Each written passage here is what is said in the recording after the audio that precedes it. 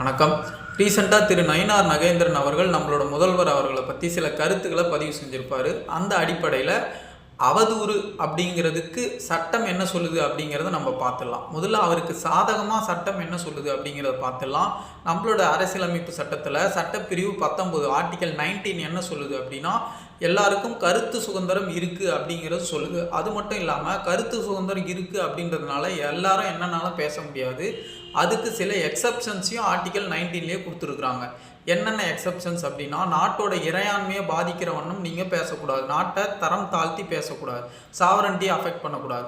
அடுத்த point, public ஆர்டரை disturb பண்ணுற மாதிரி பேசக்கூடாது, பொது அமைதிக்கு குந்தகம் விளைவிக்கிற மாதிரி பேசக்கூடாது.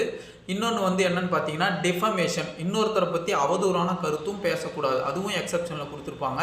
அதுக்கப்புறம் மொராலிட்டி, அதாவது ஒரு மொராலிட்டின்னு ஒன்று இருக்கும் அப்படின்னு சொல்லுவாங்க இல்லையா, ஒரு அடிப்படை அறம் இல்லாமல் பேசக்கூடாது. இப்படின்றதெல்லாம் எக்ஸப்ஷன்ஸாக ஆர்டிகல் 19லேயே கொடுத்துருப்பாங்க.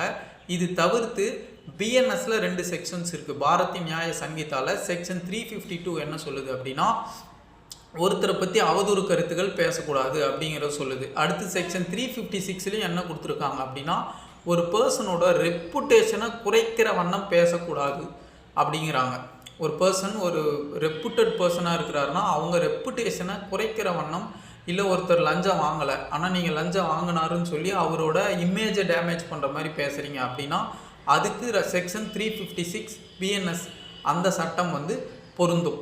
இதில் எவ்வளோ தண்டனை கொடுப்பாங்க டிஃபமேஷனுக்கு அப்படின்னா, அப் டு 2 years இம்ப்ரிசன்மெண்ட் கொடுப்பாங்க. இது இல்லாத ஃபைனும் போடுவாங்க.